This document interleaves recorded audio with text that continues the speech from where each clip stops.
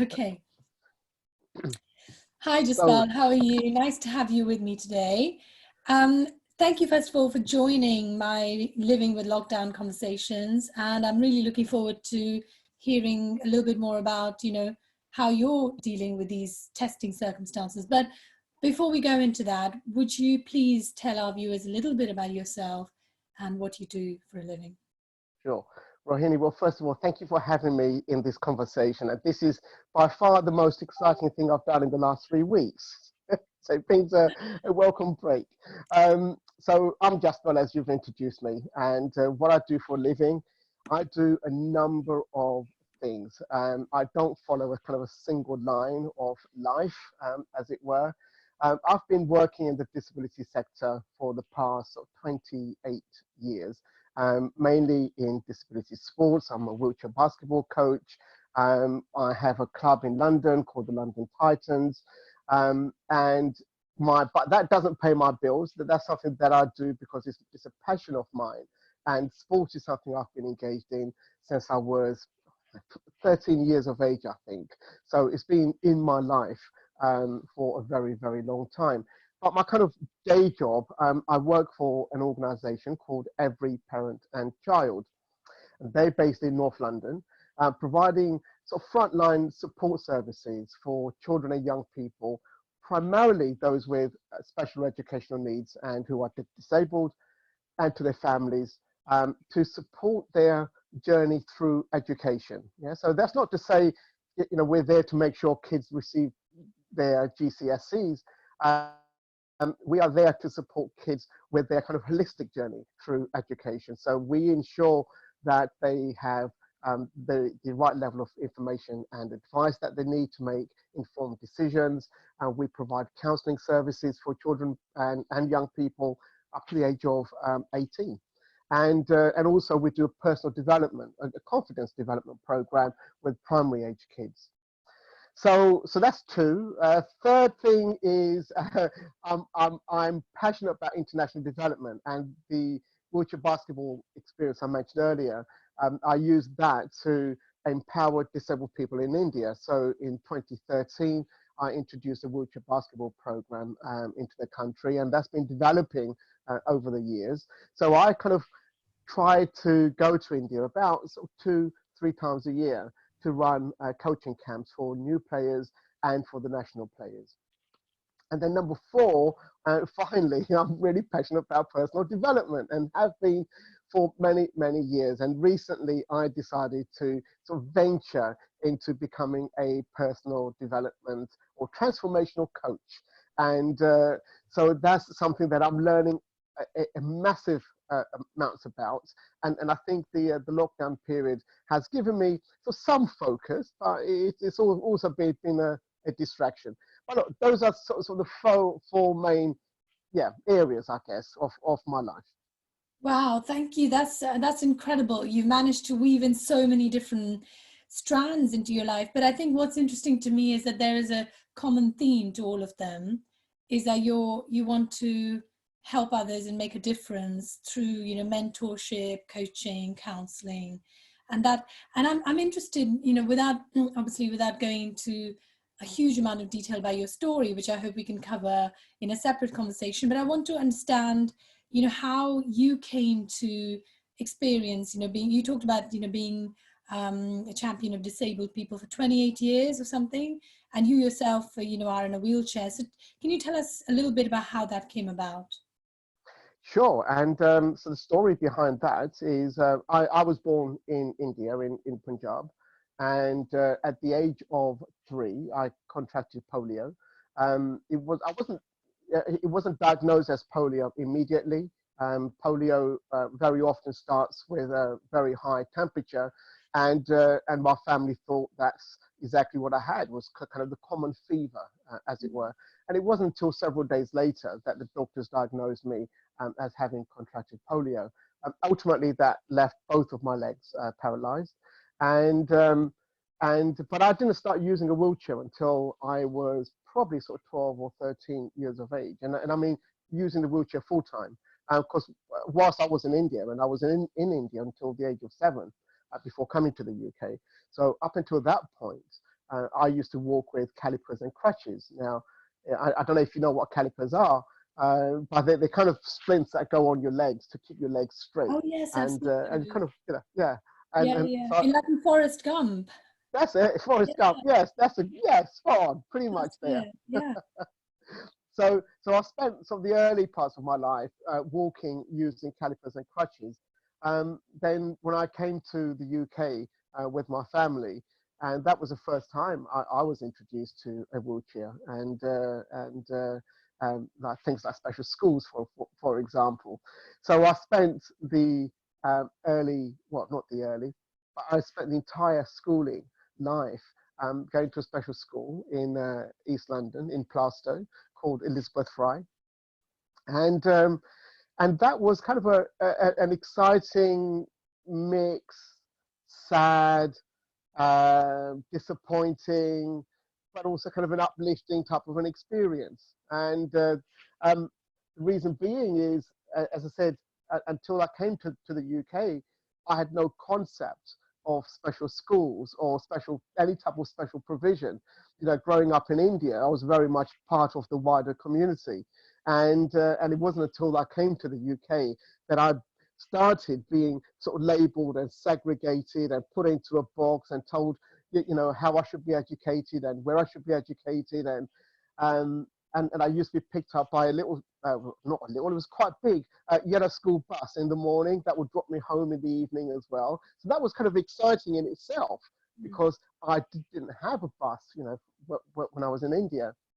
But looking back on that journey, I kind of realized that how restricting that experience was, because it didn't give me the freedom to explore the outside world, you know, before getting to school and after getting home from school. So although it was exciting as a young person, but as I got older and I reflect back, I realized just how limiting and how confined that part of my life was. And I think if it wasn't for this, you know, finding wheelchair basketball, I probably would have grown up in a shoebox.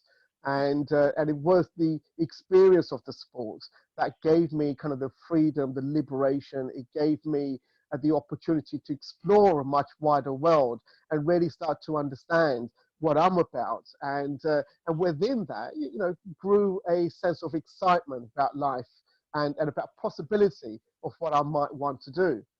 And I think, you know, so for me, sports been a great leveler or a great sort of experience for me, really, without which I probably wouldn't be where I am today.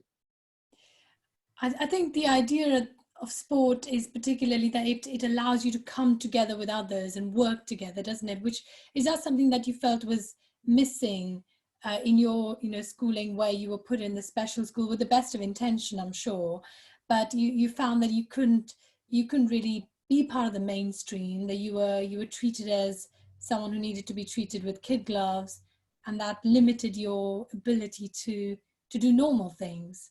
Sure. And you know, this goes back also many years.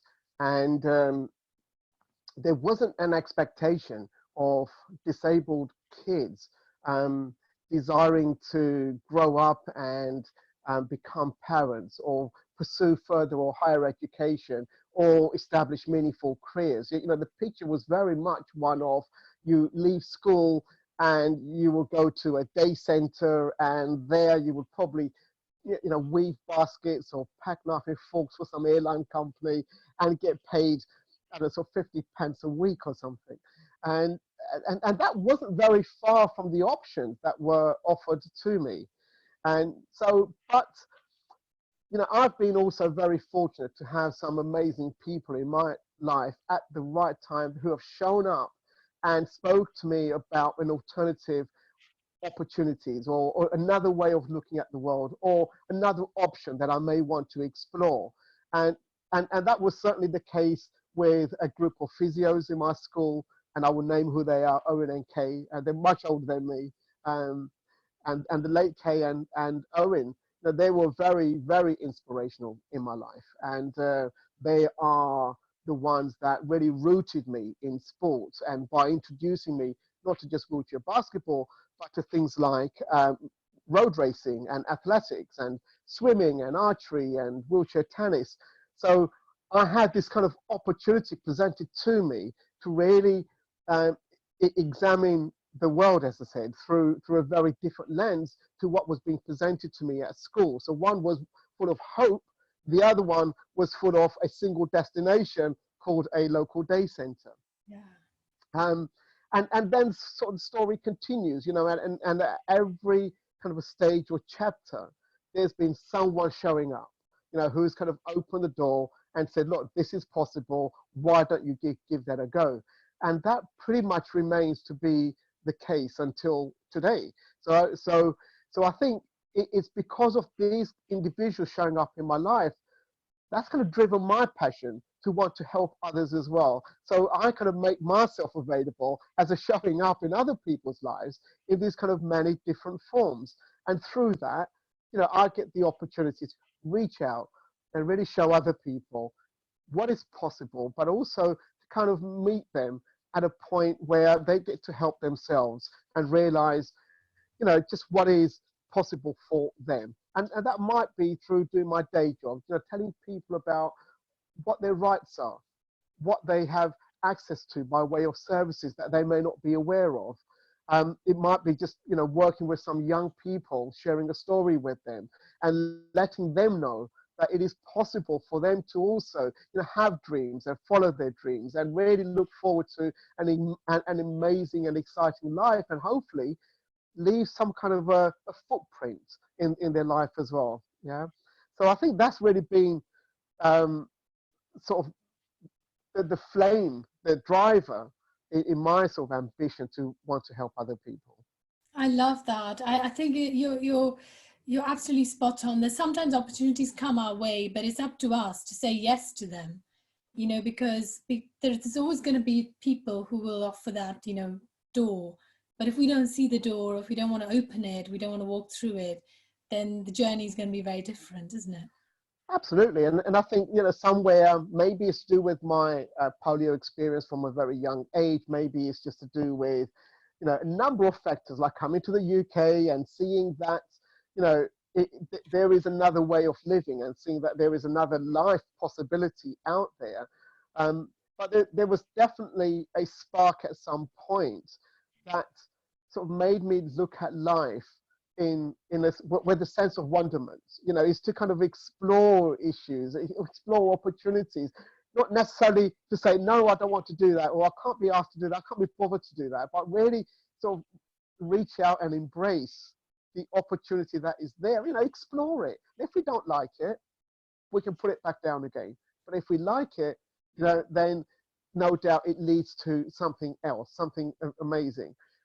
But even if we just give something a go and we decide that we don't like it, you know, it shapes our mind. It certainly shaped my mind. It shaped my life. It shaped my thinking. Even though I've chose to put that opportunity on the back shelf or just throw it away, but having that experience, being exposed to it, expands the mind. And you know what they say, that once the mind is expanded, it can never go back to what it used to be. Yeah. So yeah, so I'm a great champion of giving things a go. Just give it a go, you know, see where it takes you. That's brilliant. So now let's talk about what's happening with the current, you know, environment, and it's limiting all of us, isn't it? It's kind of basically locking us down into our little homes or, you know, spaces. So how have you personally experienced, you know, how's the experience been for you? Well, for me, it started off with what I think were the symptoms of coronavirus. So I was at work, and for a few days I'd been coughing and feeling rather tired and so on. So I decided to isolate myself in the later half of that week. And I think it was sort of 24 hours into my self-isolation, the government announced that we're going into a nationwide lockdown. And so there was an upheaval, one in terms of my work, because I wasn't there to see the transition through, and but my staff successfully transitioned to working from home. So we had to put in place some action plans, some resources to make sure that staff were able to do that and were supported. My own experience, really, I kind of embraced it. with as an opportunity. I embraced it with a sense of excitement. It's like, wow, this has never happened before. You know, it's not the same as taking a week off in annual leave and sitting at home. You know, this is something that we are all sharing in at the same time. You know, and listening to other people's experiences and really sort of thinking about other people, not just immediate family, but how the whole country will be feeling and what they'll be going through. My phone didn't stop ringing. You know, there was a flood of text messages coming through on a daily basis with people sharing their experiences, and that kind of really created a sense of unity. You know, there was, for the first time, I think it didn't matter where you were, not just in the UK, but around the world. We were all going through that same shared experience, and there was something exciting about that. You know, Yeah.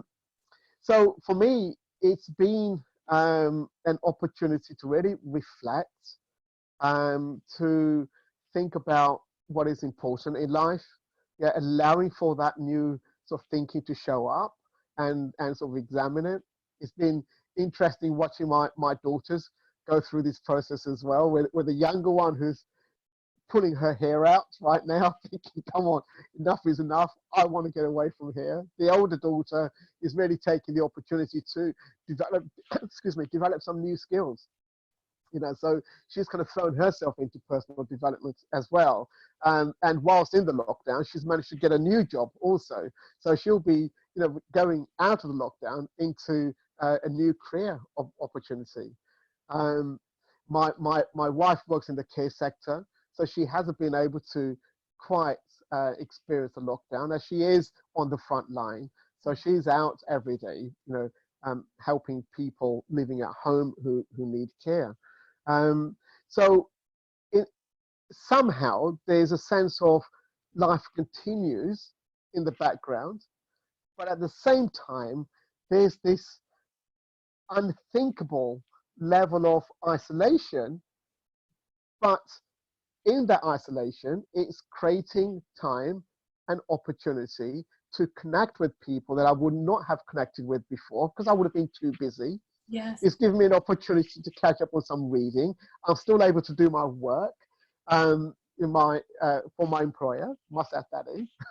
But, you know, so the lockdown, it hasn't quite hit me at the moment. I'm still kind of enjoying the journey of being at home and not thinking about, you know, being anywhere at a certain time. Yeah, or, you know, thinking, oh gosh, I've got to meet certain friends at the weekend, or I've got to go and visit the family tonight. So it's taken that pressure off, and it's just allowed me to be me more. Yes. And in terms of the working life, I'm interested in what you think this is going to do going forward, because I sense a lot of people who are, say, you know, physically disabled in some way, and, you know, maybe in wheelchairs or, you know, otherwise slightly disabled, they get discriminated against in terms of work opportunities. And what this whole working from home has taught us is that actually, you know, it doesn't matter where you work from, you can still be just as productive if you have the right processes in place. Do you feel that in any way this is going to change the way employers view somebody's ability to do work? Like, I mean, your own example, for instance, you know, just because you're in a wheelchair does not mean that some, you know, amazing possibilities don't are not open to you, because you're mentally still fit. You know, you have everything someone needs in terms of, you know, the ability to do a job.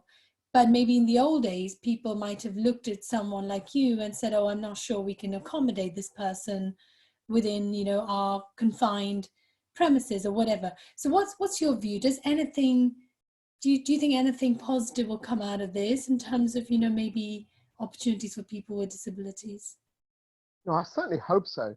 And I think, like you've said, this is already shown that, um, you know, there is an alternative way of working. We don't always have to show up in a concrete building some miles away from where we live to carry out our responsibilities, to do the job that we do. You know, I've spent years campaigning for disability rights rights of disabled people to access, life as everybody else. And part of that is of course working, whether you're running a business or working for an employer. And I've gone through my own sort of struggles and challenges around requesting flexible working, to taking the opportunity to work from home. And although that's never been sort of denied for me, and I think that's mainly because I've been quite sort of outspoken about my own rights, and I'm quite a strong advocate for myself. I think there's always been a sense of hesitation from the employer as to, how productive is this going to be? How productive are things like reasonable adjustments going to be? Well, right now, almost every employer has had to make reasonable adjustments for their staff just to stay afloat. And a lot of people that I've spoken to who are non-disabled have shared with me, how I don't know, sort of exciting, how accessible this opportunity has been for them. So a lot of them are looking forward to not spending 5 days per week in the office. They are already saying, we will request flexible working and take time to work from home. Yes. So absolutely, this is going to shape, if it hasn't already shaped, the way that employers work. And what is exciting is that by really embracing this work from home culture, you really can tap into, talent, and it gives disabled people opportunities to work from home, no matter where they are in the country. So if they're living in a rural area, they don't have to necessarily be thinking about, traveling, using public transport to get into work, or accessing public transports for that purpose. So yeah, through this adversity, we've got something really amazing being born that is positively impacting almost every person of a working age. Yeah. Definitely. So yeah, it's there's I'm just trying to think of a quote. There's a quote. I don't know who said it, but it's something like, everything is impossible until it's done. Right? Nelson Mandela. Yeah. Yeah, Nelson Mandela. Okay. Yeah. So and I, and how true is that? Yeah. We are put into a situation where we have to look at alternative ways of working. Yes. And through that, we don't have to take a risk, because there's no risk to take. We are forced into doing something that we hadn't comprehended before. I couldn't agree more, and it's exciting in that sense, isn't it? That so something that is going to open up opportunities for a bigger, population base. So tell me a little bit about. I mean, you mentioned that obviously you're all dealing with it in a very good-natured way, apart from maybe your younger one who's getting, understandably, a little bit fed up. But if you watch the news, it is sort of relentlessly grim and quite. It can, you can feel quite anxious just watching the daily statistics on what's going on. So how are you as a family, making light of what is potentially quite a scary and grim situation? Yeah. No, and that's been kind of a journey over the last 4 weeks as well. And I think we started this isolation by sort of tuning into the news as often and as much as we could.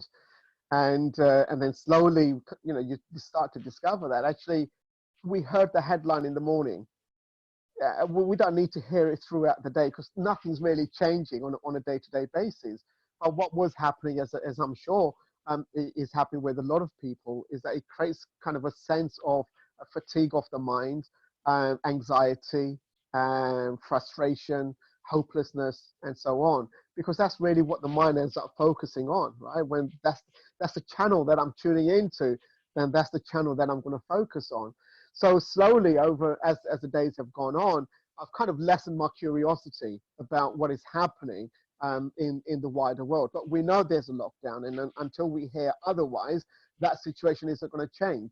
So I think the only thing that we are left with now at the end of the day is thinking about the people that have passed on in that 24-hour period. Really sort of taking a moment out to think about the families, to think about the friends, to think about the people who would have been in their life and affected by their I would say premature death.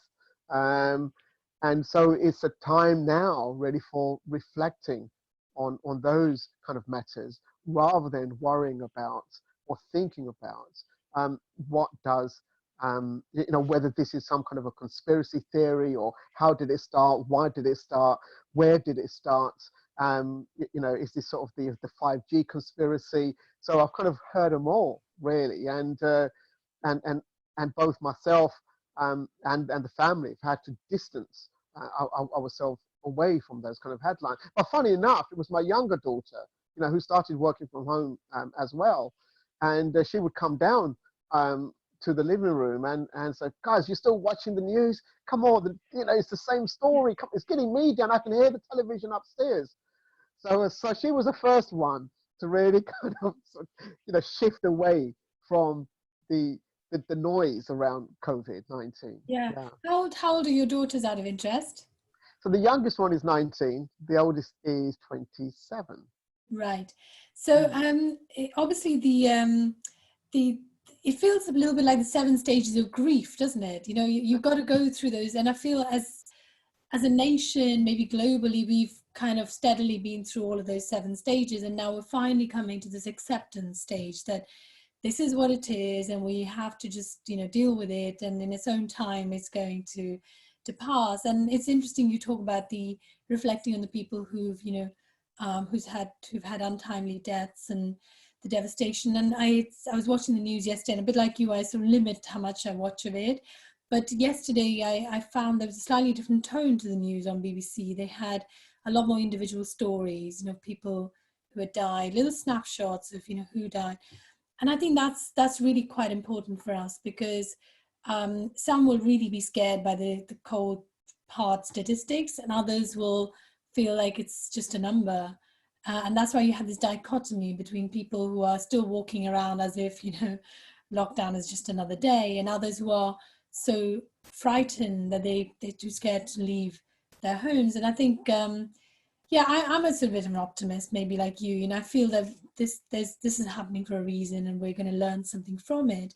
On that point, Jaspal, you mentioned about your own personal journey of learning about yourself and personal development, and how now you've decided to take that to the next step and actually become a transformational coach.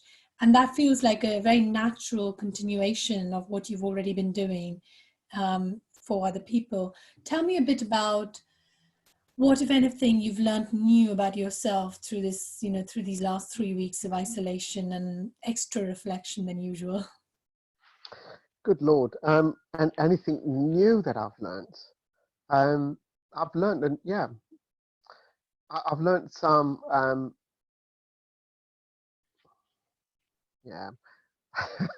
do I put it? One thing I've learned is the lack of discipline that I have, and I really have to work extra hard at being disciplined. It's very easy for me to kind of just sit back and watch the world and be busy in my mind. Yeah, so not actually be productive in the real sense, but in my mind I'm super busy.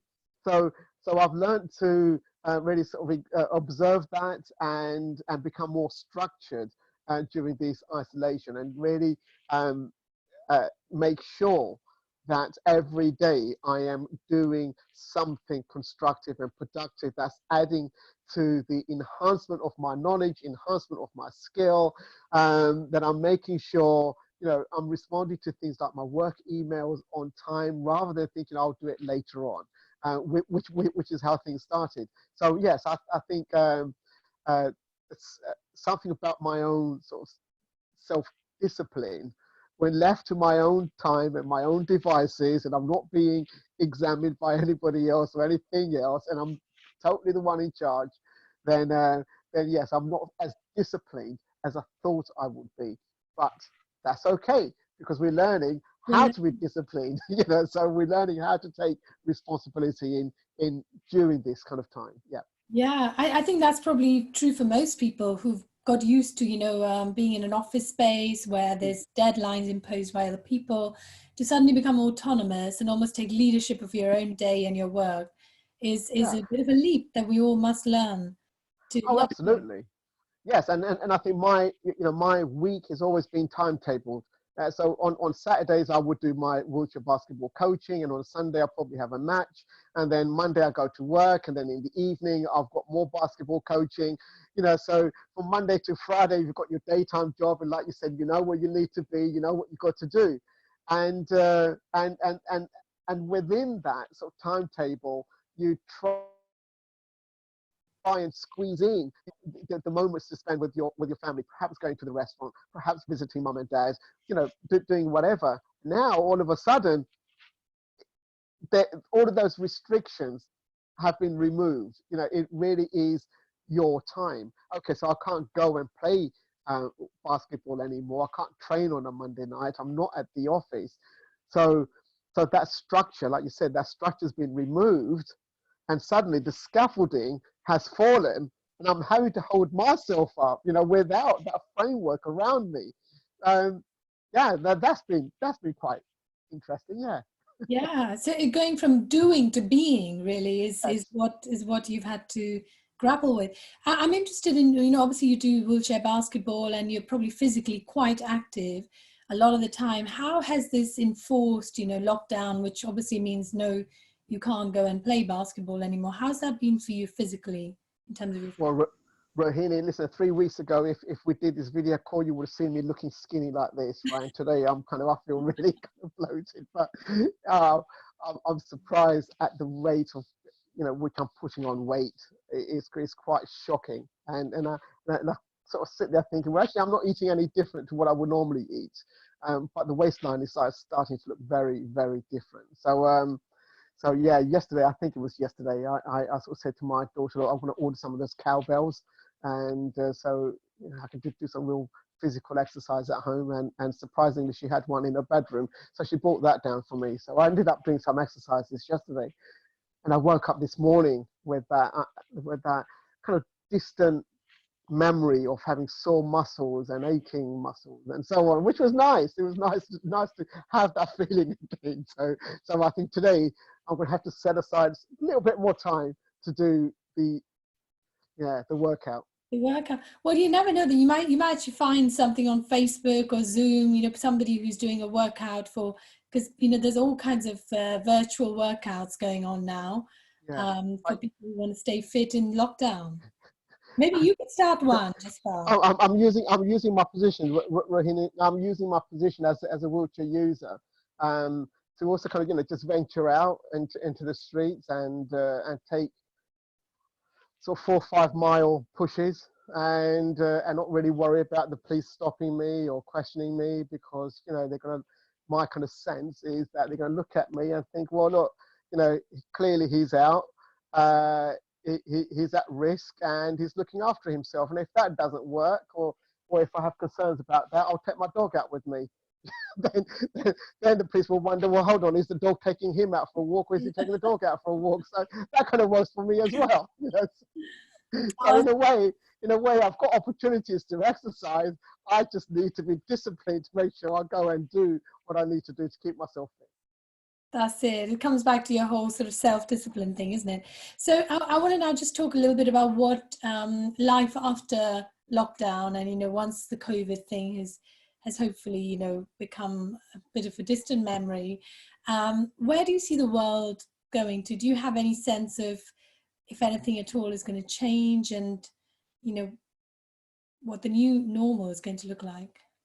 I'd like to be an optimistic type of person, and think that this experience is going to have left people with an examination of what is important in their life, perhaps not or less in pursuit of the material things, and really connecting more with things that matter to them, their family, their friends, themselves even.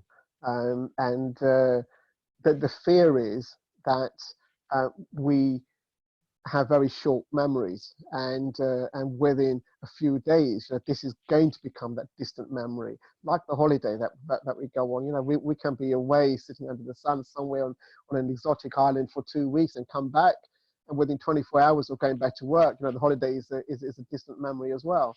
But I appreciate that may be linked too closely to old habits, or we don't have enough time to break some of those old habits.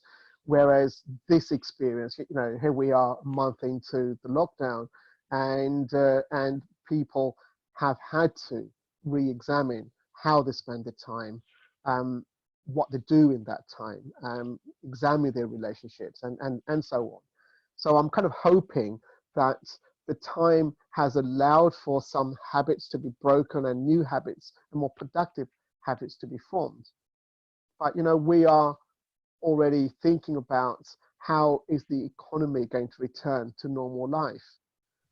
And within that, there's a kind of a sense of fear that we are going to become economy-driven world again, where everyone is encouraged to pursue the pound, as it were, or the dollar, as it were, or the rupee, or whatever the currency is. That's my kind of fear, and I really hope that there will be enough number of people in the world or in the country that have been shaped for the longer term, not just the short term, and then they can continue to live in a way that really adds spiritual value, I guess, to one's own life, and are able to share that with others as well. So that's my kind of hope, that we will continue along that kind of real connected,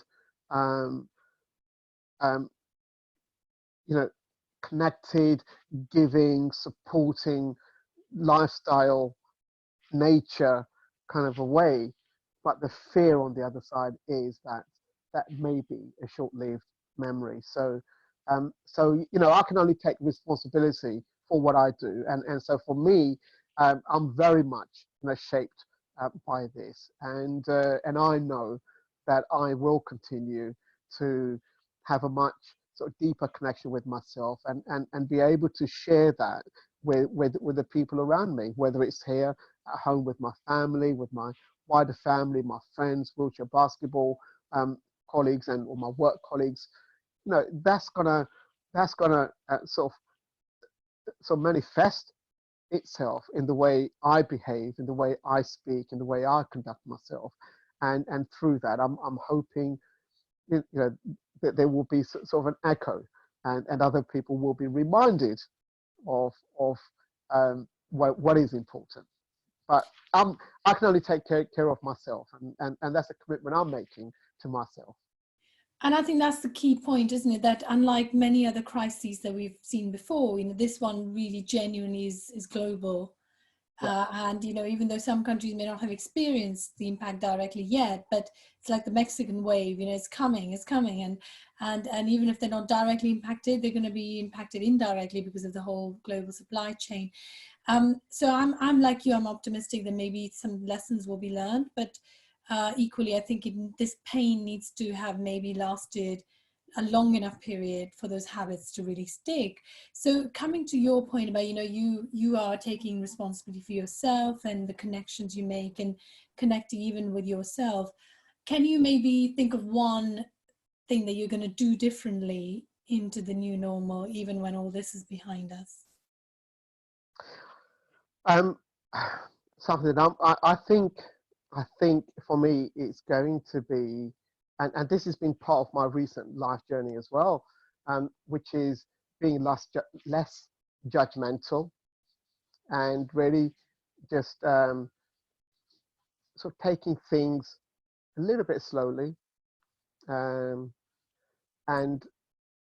yeah, less judgmental. I think that's going to be the important, and I think it's less judgmental, not necessarily of others, but less judgmental of myself. Not getting frustrated with setbacks, not kind of thinking that I have to conquer everything. Allowing time for things to just breathe. Just sit with me for a while without kind of feeling I've got to do something. I've got to keep myself busy, and there's another goal I've got to conquer, and there's something else I've got to go and achieve. So it's being non-judgmental of myself, that, things can be just the way they are. And I don't have to constantly, I think it's constantly there, right? It's force a certain outcome, or be somewhere or be something to someone. Yeah. So yes, less judgmental of myself. That's great. I love that. So, Jaspal, listen, it's been a fascinating conversation, and I'm sure we could carry on talking for hours. But I'm conscious of your time, so I want to leave this, conversation with maybe you giving a sort of a final thought or a message, especially for people who may think that they're limited in some way, that that life has maybe not been kind to them, and it makes their chances in this world that less rosy. What message would you have for them in particular? I would say, the earlier point I made, which is living sort of life with wonderment, and that is to just be curious about the world around you, the physical world around you, but also the world within you as well. Just be curious to give things a go. Just give a different idea, an opportunity, and reflect on that and just see where it takes you. And I think that's been sort of the formula for me. And as I said, it's taken me to some uh, amazing and wonderful life experiences.